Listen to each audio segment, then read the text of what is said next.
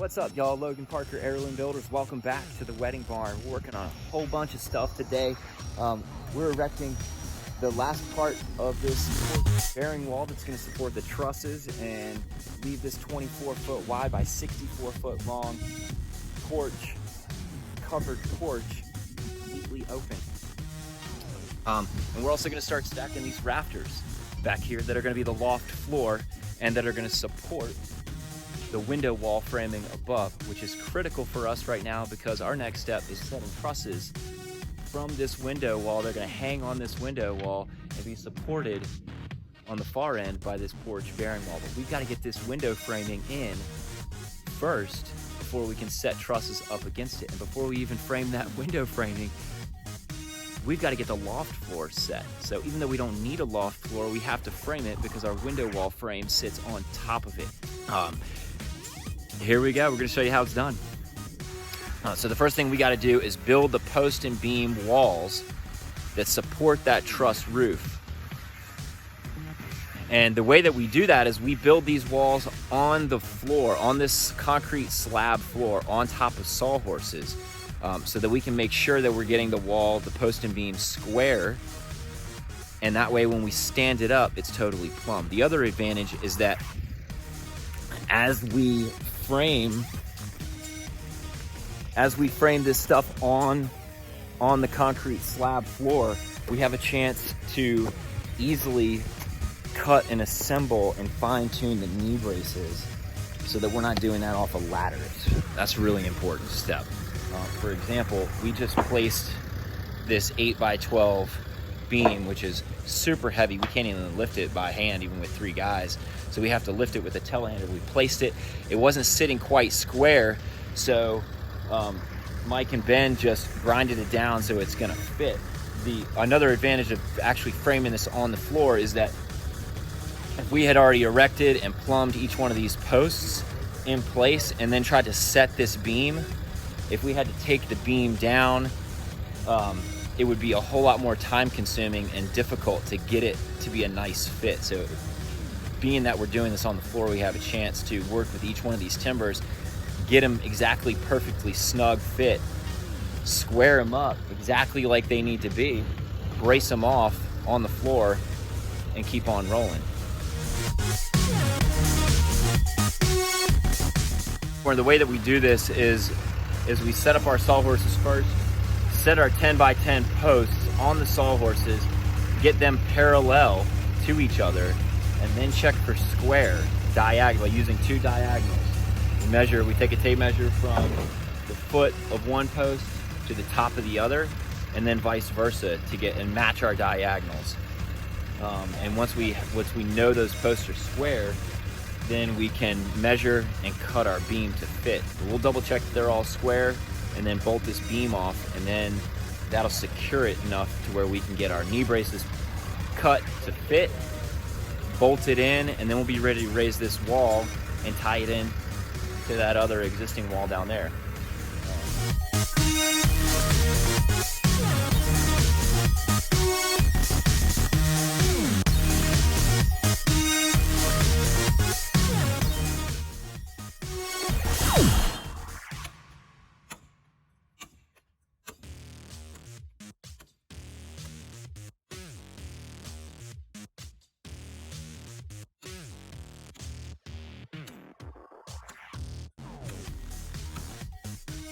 That's a good thing. Why do you want them so tight, Mike? Well, on a lot of these we have 2 horizontal beams, and this is just a single one. So we'll have just a knee brace and these 2 bolts. I don't want any chance of those moving at all when we go to stand it up. Yeah, you mean like racking out a square? Exactly. So just 2 more bolts and then you're gonna set these knee braces, huh? Set those knee braces in. Cool, and something moved.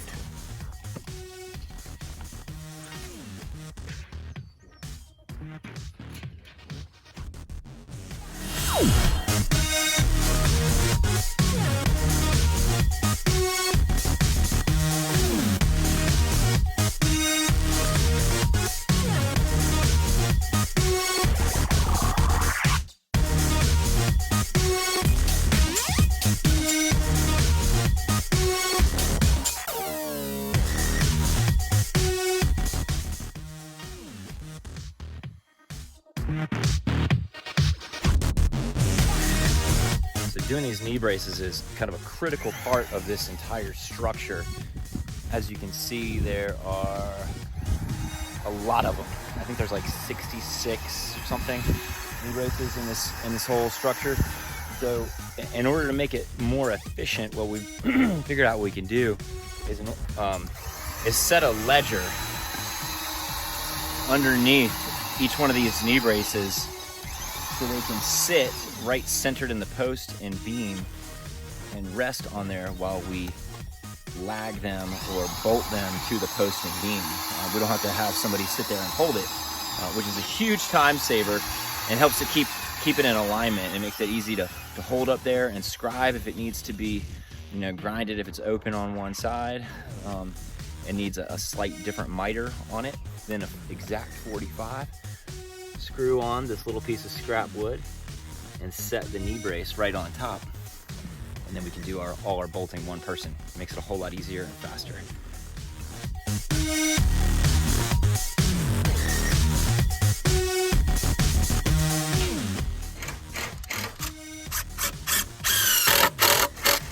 So you got a nice level line. Yep.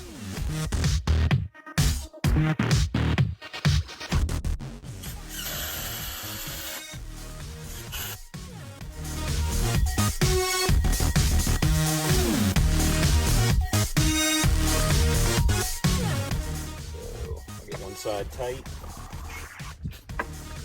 Hopefully both sides are tight, and this one is not. So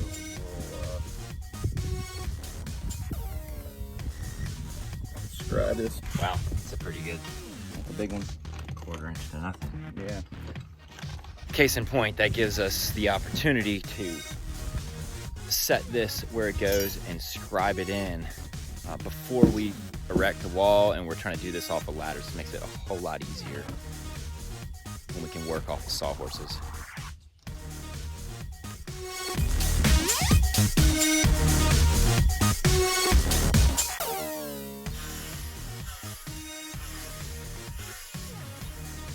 Yeah, looks better.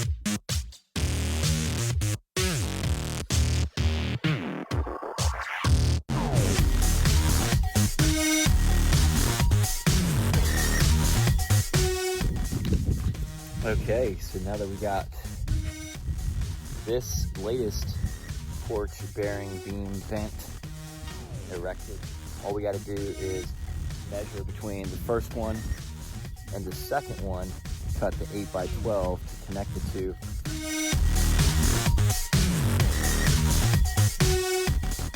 Once we tie that in, we got one left to go and this whole wall will be done. It's as easy as that.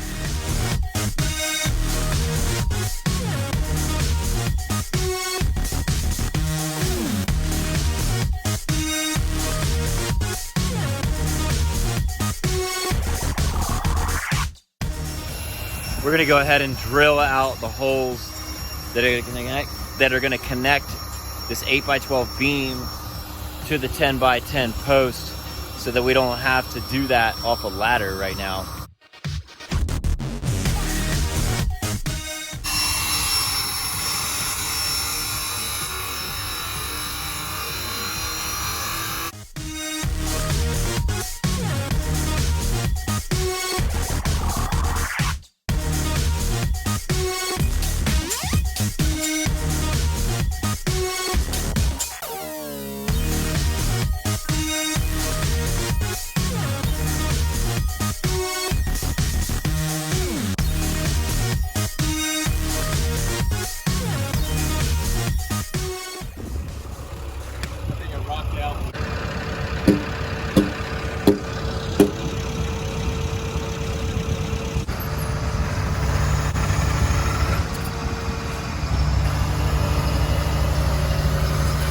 So rolling these joists with the forklift didn't exactly work out as we had planned. We were hoping to kind of drive it in with the forklift, but we can't get them in between the posts, and we can't really move this forklift to zigzag in between these posts. It's just too big of a machine to fit barely even through these posts itself, much less zigzagging. We've come up with a new idea, and that is to set them on scaffolding, cut them first on the stack, load them onto the forklift, fork them up onto the scaffolding so that we can just pick them up off the scaffolding and set them into place. I think that's gonna be a whole lot easier than lifting individually off the floor level all the way up, climbing up on ladders to do that. It's just one lift, one short lift, and then we're good. We're rolling joists. And we'll see if that works any better. Here we go.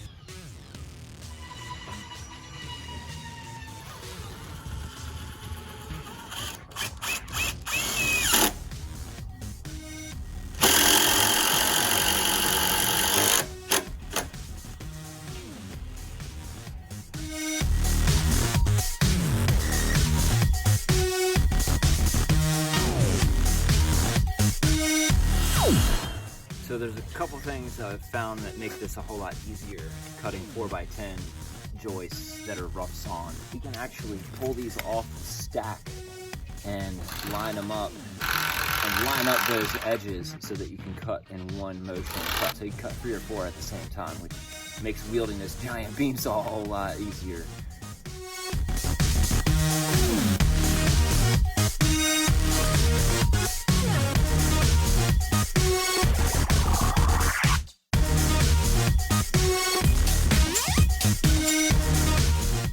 The second thing that I've been doing here is crowning the joists. So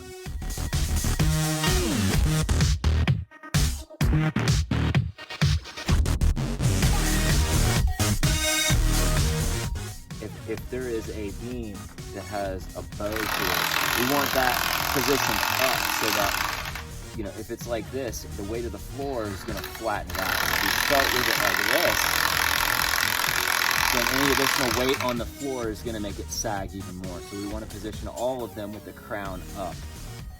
That makes for a flatter floor and it resists some of the weight on that floor. The third thing that I'm doing here is I'm measuring the width of the actual rough sawn timber, because they're not 3.5 inches, they're not dressed, they're not all the same. Some of them are 4, some of them are 4 1/4, some of them are 3 3/4. This one here is 4, 3 7/8 on this end. All of these are under 4 inches, which is good because our brackets were built at 4 1/8 inch opening. If they're more than 4 1/8, or even really more than 4, I'm going to shave them down a little bit so that we can actually fit them in there.